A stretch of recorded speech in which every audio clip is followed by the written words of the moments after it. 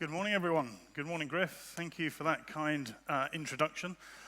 And as the introduction outlined, this is a short immersion into the forces for change and those trends that are emerging and gaining momentum that you should really be aware of and looking into more deeply when thinking about your new food concepts and the evolution of your current food concepts. For those of you that don't know and haven't worked with us before, we're a united team of spotters, trend spotters and innovators. But at our heart, we're a company of chefs, of psychologists, of developers and academics and nutritionists and anthropologists. But more than that, the food people are very much a champion of change and of progress in the world of food and drink, and a space that we've been doing this in for the last 15 years. And our essential food and drink foresight is underpinned by our vision, as on the screen there. We're about shifting the future of food and drink by harnessing the power of trends. And I just want to talk for a moment, a contextual note on what we've done in preparation for this presentation.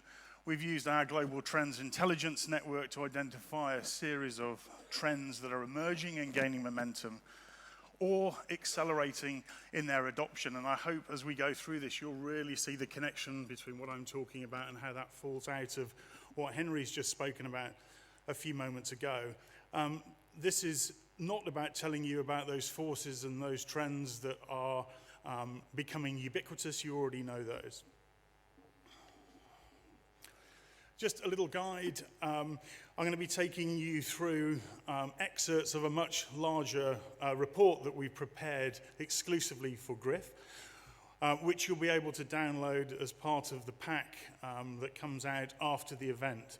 This includes detailed descriptions of the trends, the manifestations, the lifespans of these trends, channel, geographical barometers, and lots of examples that sit within them.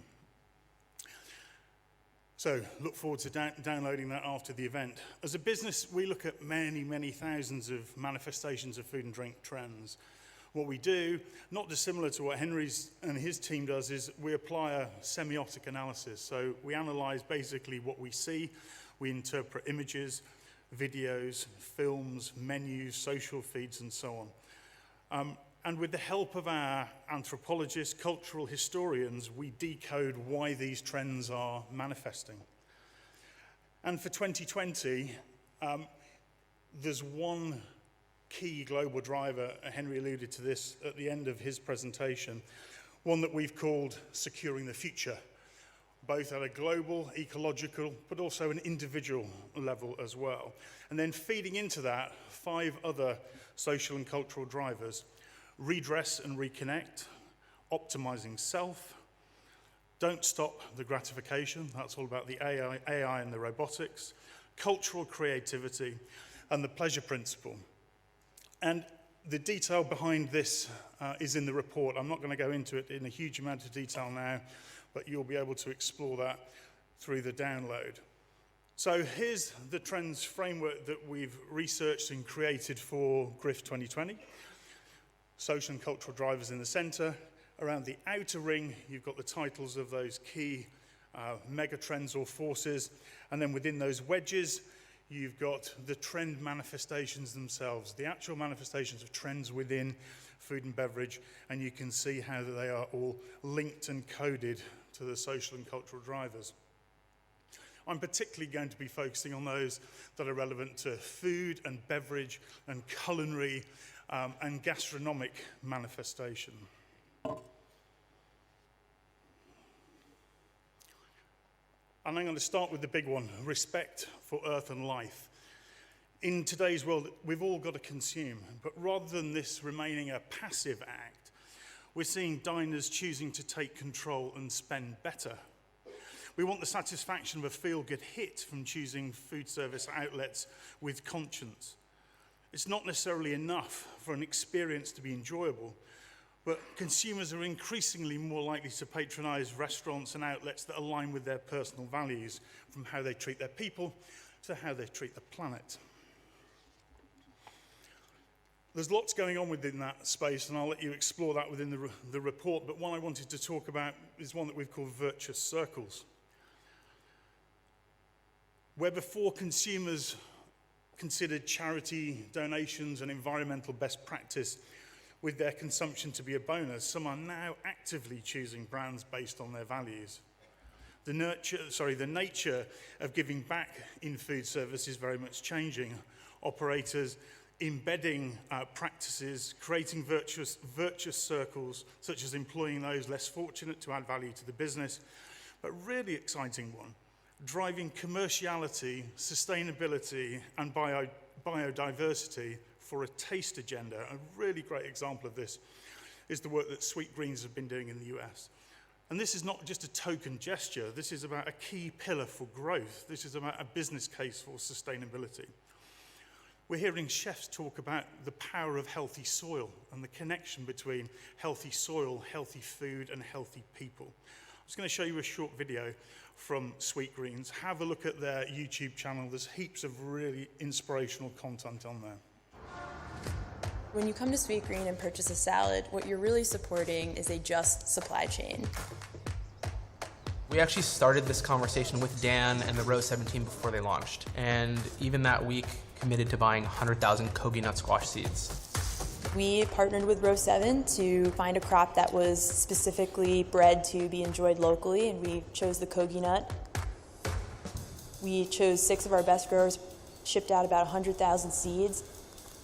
That totals about 24 acres in total being planted across the country to be enjoyed by our customers come this fall.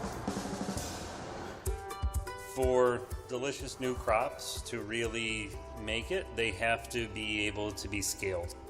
This collaboration with Sweet Green, where they're growing kogi nut on such a large scale, is going to hopefully create a ripple where so many other people can also recognize the potential and scale it up. When customers come to Sweet Green, what we would love them to know is all of the hard work and care that we take to build that supply chain from the salad bowl back to the farm, and in this case, back to the seed.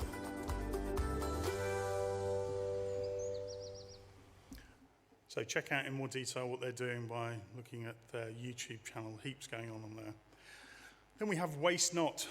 A third of all of the food that we produce ends up being lost or wasted. We know that. But within the circular economy, food waste is undergoing a revolution and a rebrand. We've got chefs finding ingenious uses for kitchen scraps and byproducts in zero-waste restaurants. Look at Adam Handling's new restaurant, Ugly Butterfly, who repurpose waste from other parts of his group, but also have their own waste-forward agenda. Entocycle, on the left-hand side of the screen, a revolutionary business that take food waste, feed them to insects, harvest those insects as animal feed, so no fish meal, no soy-based deforestation. So expect to see lots more from the waste-forward agenda.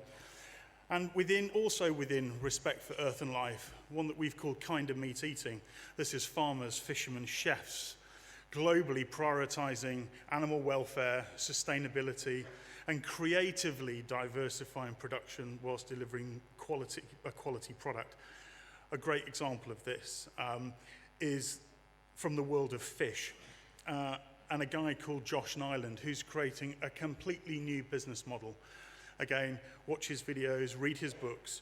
He's from St. Peter in Paddington, Sydney, who are completely rewriting the fish rulebook, heroing day catch, heroing sustainable species, inventive storage techniques, so the abolition of ice altogether, not storing fish over ice, dry aging, creative preparation and processing techniques to drive up the yield to an almost 100% utilization of the product. Many of you will be used to walking around kitchens, seeing the fillets removed and everything else go in the bin. This completely rewrites that rule book. Bateau, on the right-hand side of the screen, a restaurant from Seattle, exactly the same principle, but in meat. Then we need to talk about plant power. Lots going on within the world of plant-based and veganism. There's a couple of things that I want to call out in a second, but the rise of vegan meals, and I say meals and not veganism, is one of the most talked about and prolific trends of our time in food service. Why? Because vegan food is a consumer's mechanic for delivering flexitarianism, so reducing meat consumption. 25% avoid meat for the sake of the environment, 19% for ethics, 34% for health. Think forward on a 5-10 year agenda, we'd expect the environmental and health to equal out. But lots of interesting things happening, but a couple of things I want to call out. One is it's not just about meat, it's also about fish. So a whole lot of innovation going on around faux fish. More consumers are giving up meat. We know that all of the time. Pescatarianism, therefore, set to rise. But eating fish alone, comes with its own concerns, increasing mercury consumption, sustainability. This is giving rise to a whole raft of opportunities within fishless fish. There are now 20 companies in the US alone developing plant-based seafood. Recently, Wagamama, to critical acclaim, launched its watermelon tuna there on the left-hand side. Watermelon that's brined, it's sous vide cooked, air-dried, and then seared to mimic tuna on the left-hand side of the screen. A really important one, and we saw earlier on the Impossible burger, not necessarily that one, but many of these include an enormous ingredient declaration. And one of the things that we're starting to see emerge, albeit off a small base, is a backlash to that. We spent 20 years cleaning up food. So there's a backlash to this extensive ingredient declaration, over-processed, but it's okay because it's vegan. So expect to see much more from that. Then we have one that we called authentic craft. This is a backlash to processing and intensive production, I guess. There's a growing appreciation for the simple craft, for the practices of the past. And there are two that I want to call out that are just appearing more and more in chef's narrative, in social feeds, in menu call-outs. First one is fire cooking. So this is burning wood and the craft of cooking over naked flame. It connects us with a more natural and a primeval way to prepare food. Not only is this cooking style a feast for the stomach, but it's also a feast for the eyes as well. The burning embers and the physical heat serve up that full-blown theatrical production. Chefs are throwing global barbecue onto the grill, moving way beyond Americana. Think Thai barbecue, think Asian skewers and kebabs, grilled Mexican corn, Middle Eastern and Indian flavors are in abundance. A couple of great examples there.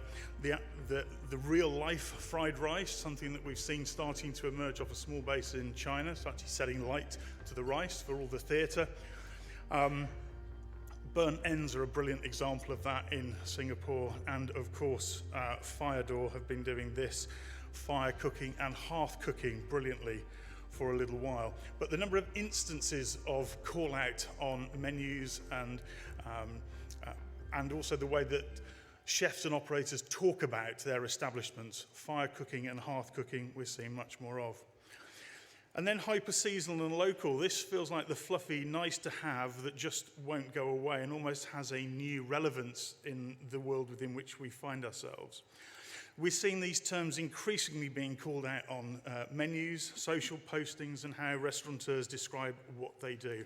But rather than just greenwashing, we're seeing a real honesty and a genuineness and an increase in the hierarchy of these terms in the way food establishments are talking about what they do. Stark restaurant there on the right-hand side, a 10-seat, 1 Michelin star restaurant in Broadstairs in the UK, focusing very much on hyper-local and seasonal and putting that very much at the core of the offer. Then we've got what we've called redefining food service. And you'll be very familiar with dark, grey, ghost kitchens, virtual and tech-led convenience and all the seamless in-between, in and out-of-home convenience food delivered to wherever you are. But there are two forces for change that I wanted to highlight that are growing at an exponential rate. One is food halls. And in many cultures, the recent popularity of these indoor food halls seems like a return to an old tradition. But food halls are changing the face of our dining culture. The model simultaneously caters for shifting consumer behaviour, provides a light cost solution for restaurateurs and serves as an opportunity for inner city regeneration. Very often cited in once derelict buildings, they tend to boost the local area and economy as well, featuring communal seating, often very slick and industrial interiors. They offer a whole taste variety from a diner perspective, the opportunity to customize and taste and try everything from vegan, Mexican to dessert bao buns. The quality is often high-end, have significantly higher pricing than other food markets. We're seeing more and more of those, 250 across the US in 2018, forecast to be around 450 by the end of this year. And some great examples of that: Arcade Food Theatre, Printworks in Sydney, and the Market Halls in Fulham. I am standing in the Grade 2 listed Edwardian former ticket hall with Fulham Broadway next door. You can literally feel the trains beneath your feet. Fulham Market Halls is open 7 days a week for breakfast, lunch, dinner and drinks, and we are about to sample everything, and I mean everything, that this place has to offer. Oh my God, that's the worst acting. How do we do that? I don't know. We've got pollo asada al carbon from Super Tacos. We've got a taco plate with beef, pork and chicken, and we've got corn chips and guac. Over here we've got Jenny from the blog, barbecue hot wings and fries from Butchie's. We've got a bandit double beef burger, and we've got Scotch bonnet glazed pork ribs. Over here we've got a halloumi and aubergine kebab from Fanny's Kebabs, and we've got a heat wave poke. I'm conscious of time, but you very much get the idea. The other one I wanted to call out was one that we've called high-end quality in cafe, something that we saw in Australia start to emerge 4 or 5 years ago, that's been adopted by modern casual cafes across the globe, and gone are the days when all you can expect in a cafe environment is a simple sandwich. This is very much reflecting the erosion of the casual high-end boundary. This new cafe food menus feature ingredients and techniques that wouldn't be out of place in a fine dining environment. There's a great video here from Devon Cafe in Sydney. I'll just show you the first few seconds of that so you get the idea.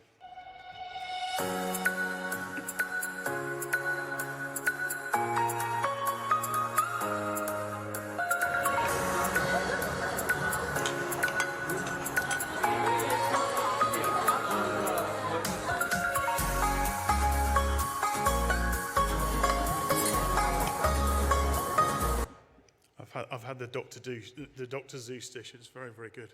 But have a look at that online. Then we've got an area that we've called enhanced and upgraded. And this, we know consumers are foodier than ever before.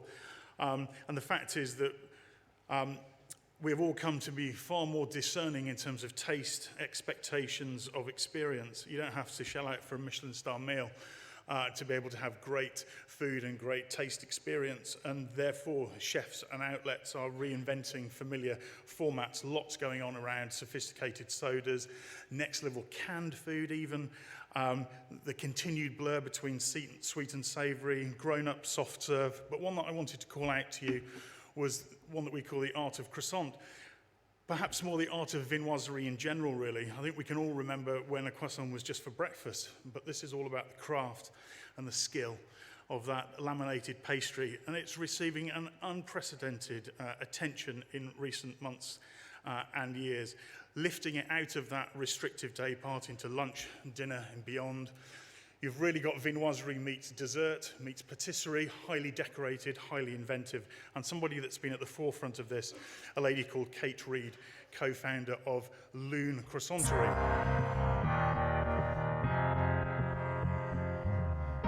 From a really young age, all I wanted was to design Formula One cars. And I was actually offered a job working as an aerodynamicist for the Williams F1 team 18 months out of universities. When I finally got to Formula One, the job was maybe not quite what I expected. And the team that I worked for at the time, we weren't at the front of the pack. And when you're not at the front, you're chasing the people that are. I came back to Australia and I decided to get a job working literally on the counter of a bakery, because before fully committing to leveling up and potentially going back to study, I just wanted to reassure myself that I'd made the right decision in terms of pursuing a career in baking. It might not sound like engineering and baking go hand in hand, but for me they're so intrinsically linked. And Loon is so unique solely because of my previous career and then my transition to where I am now. So I actually ended up developing a new technique to make croissants. So the layers that we create the pastry with, it was very much from an engineering mindset. So a lot of trial and error, experimentation, changing one variable at a time. I'll cut the video there, you get the idea. Somebody at the forefront of elevating, I think you'd agree, a completely different approach to viennoiserie. Just before I wrap up, there's a huge amount going on from a cuisine trend perspective as well. Lots for you to explore in the report, but I wanted to start by just outlining a new era in cuisine, with all the stepping stones of cuisine gastronomique, nouvelle, molecular, and new Nordic. We now find ourselves in a new era that we've called conscience cuisine. And as you'd expect in this global digital world within which we now operate, this is more of a shared philosophy, no one person or geography at the center of it. It's about creating awareness for how our food chains, kitchens, and food systems should be run. And from our research, there are 8 key foundational principles within conscience cuisine. First, biodiversity and sustainability. 2, minimal waste, investing in craft and skill, being guided by nature and seasonality, a permissibility to break rules, fire cooking and more natural, primitive cooking techniques, preservation, being forward, understanding social impact and using food as a vehicle for social good, and heroing artisan producers and production. But within this new cuisine era, there are also some specific geographies that are of the moment as well.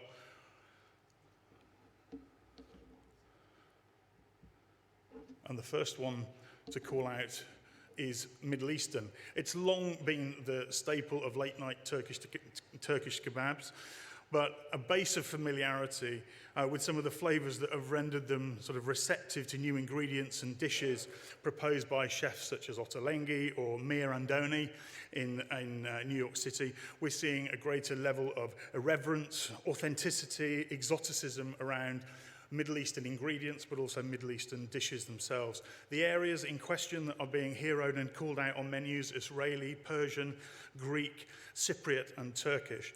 They lend themselves brilliantly to some of the things I've talked about, plant-based fire cooking. There's an inherent health halo that comes with Middle Eastern. It's very easily shareable and customizable. Then also we've got pasta. On one hand, being reinvented and modernized through all the authenticity, handmade, craft, skill, and freshness. But we're also seeing a whole Asian branch of innovation happening around pasta. Japan is well known for its unique taste on Western cooking called wafu, enter wafu pasta. The combination of these two great cultural greats. In essence, it's about bringing noodle pasta together with some intrinsic Japanese and Asian ingredients. Then we've got regional Chinese, heaps happening within regional Chinese. A new generation of social media savvy chefs are really driving awareness of authenticity in food, Japanese food in an accessible, modern and contemporary way. This is about forgetting the ubiquitous Cantonese favourites. Think Yunnan rice noodles, the jianbing there in the centre from the Shandong region. It's the art of Cantonese meat cooking, as an example, all being heroed within this really interesting space. And the last cuisine I just wanted to call out was global cuisine. This is very much cooking without borders. This trend, this influence, when we talk to chefs, when we see what they're talking about and putting on menus, is growing exponentially. This is about forgetting the concept of terroir and geography altogether and being inspired by the global larder and global food formats. And 2 guys who I'm going to play a short video who describe this probably way better than I can is a guy called Ken Oringer and James Bissonette from a restaurant called Little Donkey in Cambridge, Massachusetts. I like to say, we're like the Cheesecake Factory of Central Square. I mean, we can have grandma eating, one thing, and we could have some punk rock kid eating another thing. We want a restaurant that we can cook whatever the we want it to, anytime we want it to. It's, I think, every chef's dream to not be stuck in a genre of saying, oh, this is an Italian restaurant, we have to cook Italian food. This is a Spanish restaurant, we have to cook Spanish food. We wanted the no rules genre to have a restaurant. The development of the menu has been great that way because literally one of us might be traveling somewhere or reading an article or talking to a friend who's from another country, and then we can come in and be like, hey, what about doing this with this, and instead of doing it this way, we can do it that way, and like researching it to know everything we can find out, everything we can taste about a dish, and then making it our own, and it's just so rewarding. The miso banana bread toad in the hole is definitely one of those dishes that came from KO. That was one of those moments where I'm like, as much as I've known you, for as long as I've known you, I still have no idea what's going on in your brain, because that just sounds odd. Both of us love cooking breakfast. Jamie loves eating breakfast. I think it's his favorite meal of the day. We wanted to create something that was not the traditional type of breakfast. So we were thinking maybe if we could do something like banana bread, but how can we make banana bread more savory? And it's like, maybe if we put miso in it, that kind of got that thought process going.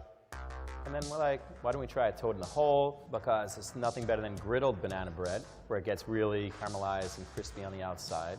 And then that way the egg can kind of cook right in the middle. And then with the habanero sausage, going with something spicy, which is one of my favorite sausages he's ever come up with.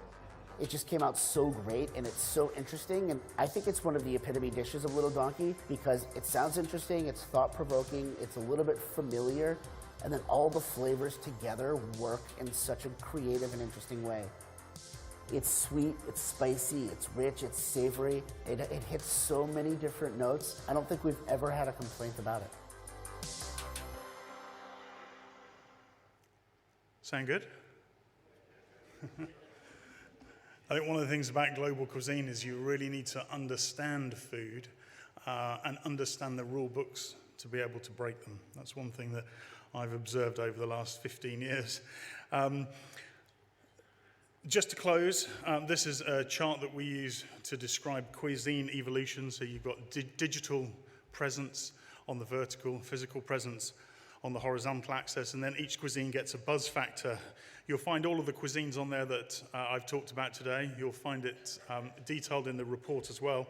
But just a couple to call out. We're seeing Sri Lankan very much emerging and breaking out from the southern Indian cuisine and being identified in its own right.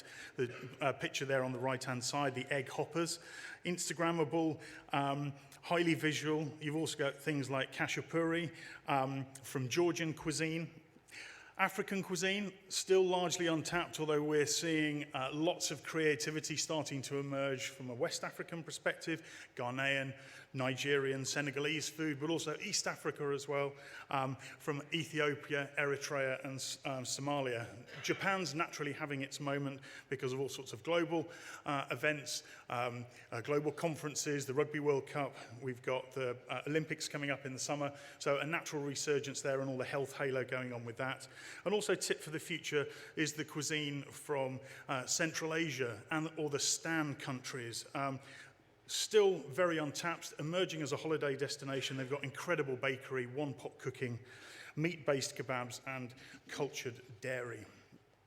So that wraps up a whistle-stop tour of some of the forces driving change and those emergent trends that you should be considering when thinking about your current and future food concepts. There's so much more to explore in the report, so be sure to download that and feel free to connect over the next couple of days. I'm here today and tomorrow. Thanks very much for listening. Yeah.